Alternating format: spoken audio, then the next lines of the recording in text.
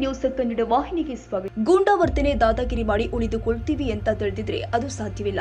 ಇಂತಹ ಘಟನೆಗಳನ್ನ ಯಾವುದೇ ಕಾರಣಕ್ಕೂ ಸಹಿಸುವುದಿಲ್ಲ ಅಂತ ಗೃಹ ಸಚಿವ ಡಾಕ್ಟರ್ ಜಿ ಪರಮೇಶ್ವರ್ ಎಚ್ಚರಿಸಿದ್ದಾರೆ. ಸದಾಶಿವನಗರದ ನಿವಾಸದ ಬಳಿ ಮಾತನಾಡಿ, ಶಾಸಕರು ಠಾಣೆಯೊಳಗೆ ಹೋಗಿ ಗಲಾಟೆ ಮಾಡ್ತಾರೆ, ಪೊಲೀಸರ ಮೇಲೆ ದಾಂಧಲೆ ಎಸಗಿದ್ದಾರೆ. ಈ ರೀತಿ ಆಗೋದಾದ್ರೆ ಸಮಾಜದಲ್ಲಿ ಶಾಂತಿ ಹೇಗಿರುತ್ತೆ? ಯಾರು ಕೂಡ ಕಾನೂನನ್ನ ಕೈಗೆತ್ತಿಕೊಳ್ಳಬಾರದು ಅಂತ ಪದೇ ಪದೇ ಹೇಳ್ತಾ ಇದ್ದೇನೆ. ಶಾಸಕರಾಗ್ಲಿ, ಸಂಸದರಾಗ್ಲಿ, ಮತ್ಯಾರಾದ್ರೂ ಆಗ್ಲಿ ಯಾರನ್ನು ಕೂಡ ಬಿಡುವುದಿಲ್ಲ. ಅವರ ವಿರುದ್ಧ ಕ್ರಮ ಜರುಗಿಸುತ್ತೀವಿ ಎಂದರು. ದಾವಣಗೆರೆಯಲ್ಲಿ ನಡೆದ ಘಟನೆಗೆ ಸಂಬಂಧಪಟ್ಟಂತೆ ನಿರ್ಲಕ್ಷ್ಯ ತೋರಿದ ಇನ್ಸ್ಪೆಕ್ಟರ್ PSN ಅಮಾನತುಗೊಳಿಸಲಾಗಿದೆ. ಪ್ರಕರಣಕ್ಕೆ ಸಂಬಂಧಪಟ್ಟಂತೆ ಸರಿಯಾದ ರೀತಿಯಲ್ಲಿ ಕ್ರಮ ತೆಗೆದುಕೊಂಡಿಲ್ಲ ಎಂದರು. ಮೃತನು ಮಟ್ಕ ಆಡಿಸುವುದರಲ್ಲಿ ಭಾಗಿಯಾಗಿದ್ದ ಆರೋಪದ ಮೇಲೆ ಠಾಣೆಗೆ ಕರೆದುಕೊಂಡು ಬಂದಿದ್ರು.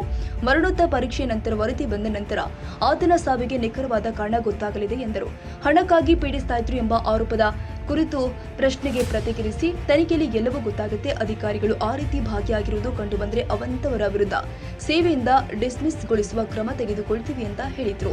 ಕರ್ನಾಟಕ ಬಿಹಾರವಾಗ್ತಾ ಇದೆ ಎಂದು ವಿಜಯೇಂದ್ರ ಆರೋಪಕ್ಕೆ ಪ್ರತಿಕ್ರಿಯಿಸಿ, ಬಿಜೆಪಿ ಆಡಳಿತದಲ್ಲಿ ಇರುವ ರಾಜ್ಯಗಳು ಹೇಗಿದ್ದಾವೆ ಎಂಬುದನ್ನು ನೋಡಿಕೊಳ್ಳಲು ಗುಜರಾತ್ನಲ್ಲಿ ಬೆಂಕಿ ಹೊತ್ತಿಕೊಂಡು 27 ಜನ ಸತ್ತಿದ್ದಾರೆ. ಅದಕ್ಕೆ ಯಾರು ಹೊಣೆ? ಅಲ್ಲಿನ ಮುಖ್ಯಮಂತ್ರಿ, ಗೃಹ ಸಚಿವರು ರಾಜೀನಾಮೆ ಕೊಡಬೇಕಲ್ಲ. ಹೇಳೋದು ಬಹಳ ಈಸಿ.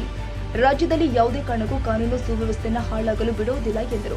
ಪ್ರಜ್ವಲ್ ರೇವಣ್ಣ ಅವರ ರಾಜತಾಂತ್ರಿಕ ಪಾಸ್ಪೋರ್ಟ್ ರದ್ದುಗೊಳಿಸುವ ಕುರಿತು ಪತ್ರಕ್ಕೆ ಕೇಂದ್ರದಿಂದ ಯಾವ ಪ್ರತಿಕ್ರಿಯೆಯೂ ಬಂದಿಲ್ಲ. ವಿದೇಶಾಂಗ ಸಚಿವರು 2 ದಿನದಲ್ಲಿ ರದ್ದು ಮಾಡುವುದಾಗಿ, ಈ ಬಗ್ಗೆ ಕ್ರಮ ತೆಗೆದುಕೊಳ್ಳುತ್ತಿರುವುದಾಗಿ ಮಾಧ್ಯಮಗಳ ಮುಂದೆ ಹೇಳಿಕೆ ನೀಡುವುದನ್ನು ಗಮನಿಸಿದ್ದೇನೆ ಎಂದರು. ಮುಖ್ಯಮಂತ್ರಿಯವರು ಮೇ 1ರಂದು ಕೇಂದ್ರ ಸರ್ಕಾರಕ್ಕೆ ಪತ್ರ ಬರೆದಿದ್ದಾರೆ. ಆ ಪತ್ರ ಎಲ್ಲಿ ಹೋಯಿತು? ಮುಖ್ಯಮಂತ್ರಿಯವರ ಪತ್ರ ಪ್ರಧಾನಮಂತ್ರಿಯವರ ಕಚೇರಿಗೆ ಹೋಗುತ್ತೆ ಎಂದಾದರೆ ಅದಕ್ಕೆ ಗೌರವ ಸಿಗಬೇಕಲ್ವಾ? ಕರ್ನಾಟಕ ಮುಖ್ಯಮಂತ್ರಿ ಈಗ ಪತ್ರ ಬರೆದಿದ್ದಾರೆ ಎಂದು ವಿದೇಶಾಂಗ ಸಚಿವರು ಹೇಳುವುದು ಸರಿಯಲ್ಲ ಎಂದು ಬೇಸರ ವ್ಯಕ್ತಪಡಿಸಿದ್ದಾರೆ. ಪ್ರಜ್ವಲ್ ರೇವಣ್ಣ ಪ್ರಕರಣಕ್ಕೆ ಸಂಬಂಧಪಟ್ಟಂತೆ ಸಾಹಿತಿಗಳ ಅಸಮಾಧಾನದ ಕುರಿತು ಮಾಧ್ಯಮದವರ ಪ್ರಶ್ನೆಗೆ ಉತ್ತರಿಸಿ, ಸಂತ್ರಸ್ತರಿಗೆ ಯಾವುದೇ ರೀತಿಯ ತೊಂದರೆಯಾಗದಂತೆ ರಕ್ಷಣೆ ನೀಡುವುದಾಗಿ ನಾನು ಮತ್ತು ಮುಖ್ಯಮಂತ್ರಿಯವರು ಹೇಳಿದ್ದೇವೆ. ಸಂತ್ರಸ್ತೆಯವರನ್ನ ಯಾರೂ ಕೂಡ ಒತ್ತಾಯ ಮಾಡಿ ಬೇರೆ ರೀತಿಯಲ್ಲಿ ಬಳಸಿಕೊಳ್ಳಲು ಬಿಡುವುದಿಲ್ಲ. ಸಂತ್ರಸ್ತೆಯವರಿಗೆ ತೊಂದರೆಯಾಗದಂತೆ ನೋಡಿಕೊಳ್ಳುವಂತೆ ಹಾಸನ ಜಿಲ್ಲಾ ಪೊಲೀಸ್ ವರಿಷ್ಠಾಧಿಕಾರಿ ವಲಯ IGP ಅವರಿಗೆ ಸೂಚಿಸಲಾಗಿದೆ ಎಂದರು. ಪೆನ್ಡ್ರೈವ್ ಪ್ರಕರಣದಲ್ಲಿ ನಿಜವಾದ ಆರೋಪಿಗೆ ಶಿಕ್ಷೆಯಾಗಿಸಬೇಕು ಅಂತ ಆಗ್ರಹಿಸಿರುವ ಕುಮಾರಸ್ವಾಮಿ ಅವರ ಹೇಳಿಕೆಗೆ ಪ್ರತಿಕ್ರಿಯಿಸಿ, ನಾವು ಅದೇ ಕೆಲಸವನ್ನ ಮಾಡ್ತಾ ಇದ್ದೇವೆ. ನಿಜವಾದ ಆರೋಪಿ ಯಾರು? ಪ್ರಕರಣದಲ್ಲಿ ಪ್ರಜ್ವಲ್ ಪಾತ್ರ ಏನು ಎಂಬುದಕ್ಕಾಗಿಯೇ ತನಿಖೆ ನಡೆಸಬೇಕು ಎಂಬ ಕಾರಣಕ್ಕಾಗಿ SIT ರಚಿಸಲಾಗಿದೆ. ಗಾಡಿಯಲ್ಲಿ ಗುಂಡು ಹೊಡೆದ ಹಾಗೆ ಯಾರದೂ ಹೆಸರು ಹೇಳುವ ಅಗತ್ಯವಿಲ್ಲ. ತನಿಖೆ ಆಗೋ ಮುಂಚೆಯೇ ಹೇಳಿಕೆಗಳನ್ನ ನೀಡಿದರೆ ತನಿಖೆಗೆ ತೊಂದರೆಯಾಗುತ್ತೆ ಅಂತ ಟಾಂಗ್ ಕೊಟ್ಟಿದ್ದಾರೆ. ಈಗಾಗಲೇ ಯಾರು ಅದಕ್ಕೆ ಕಾರಣೀಭೂತರಾಗಿದ್ದಾರೆ, ಅವರು ಇನ್ಸ್ಪೆಕ್ಟರ್ನ ಮತ್ತು DYSPನ ಈಗಾಗಲೇ ಸಸ್ಪೆಂಡ್ ಮಾಡಿದ್ದಾರೆ. ಪೊಲೀಸ್ನವರು ಅಲ್ಲಿ ಸರಿಯಾದ ರೀತಿಯಲ್ಲಿ ಕ್ರಮ ತಗೊಳ್ಳಿಲ್ಲ ಅಂತೇಳಿ ನಿರ್ಲಕ್ಷ್ಯ ತೋರಿಸಿದ್ದಾರೆ ಅಂತೇಳಿ DYSP ಇನ್ಸ್ಪೆಕ್ಟರ್ಗೆ ಮಾಡಿ ತನಿಖೆ ಆರ್ಡರ್ ಮಾಡಿದ್ದೇವೆ. ಏನು ತನಿಖೆಯಲ್ಲಿ ಏನು ಬರುತ್ತೆ ಅದನ್ನು ಅದರ ಮೇಲೆ ಕ್ರಮ ತಗೊಳ್ತೀವಿ. ಈ ಮಧ್ಯೆ ಅದು ಆಗಬಾರ್ದಾಗಿತ್ತು. ಪಾಪ ಆ ವ್ಯಕ್ತಿ ಅವನಿಗೆ ಮಟ್ಕ ಆಡಿಸೋದ್ರಲ್ಲಿ ಇನ್ವಾಲ್ವ್ ಆಗಿದ್ದಾನೆ ಅಂತ ಕರ್ಕೊಂಡು ಬಂದಿದ್ದಾರೆ. ಆ ಕರ್ಕೊಂಡು ಬಂದಂಥ ಸಂದರ್ಭದಲ್ಲಿ ಅವರಿಗೆ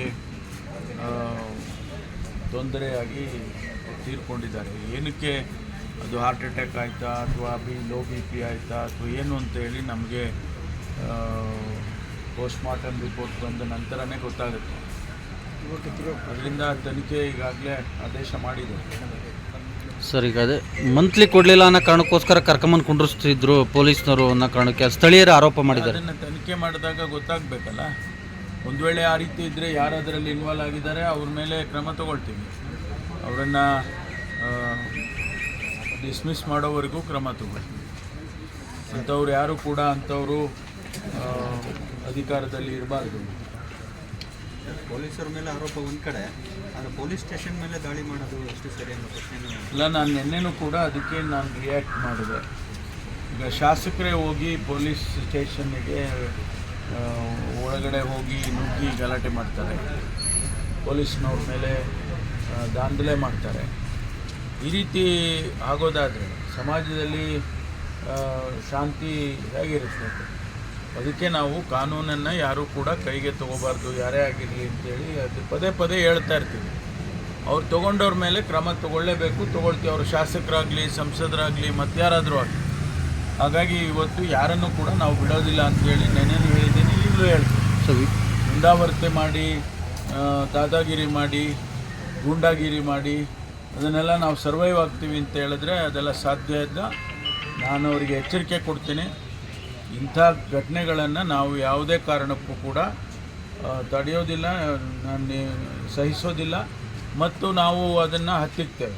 ಸರ್, ಈಗ ವಿಜಯೇಂದ್ರ ಅವರು ಆರೋಪ ಮಾಡಿದ್ದಾರೆ ಕರ್ನಾಟಕ ಬಿಹಾರ ಆಗ್ತಾ ಇದೆ, ಕಾನೂನು ಸುವ್ಯವಸ್ಥೆ ಹದಗೆಡ್ತಾ ಇದೆ. ಬೇರೆ ಬೇರೆ ಅವರ ಪಕ್ಷದ ರಾಜ್ಯ ಆಡಳಿತದಲ್ಲಿ ಇರುವಂಥ ರಾಜ್ಯಗಳು ಹೇಗಿದ್ದಾವೆ ಅಂತ ಸ್ವಲ್ಪ ನೋಡ್ಕೊಳ್ಳಿ ಅವರು.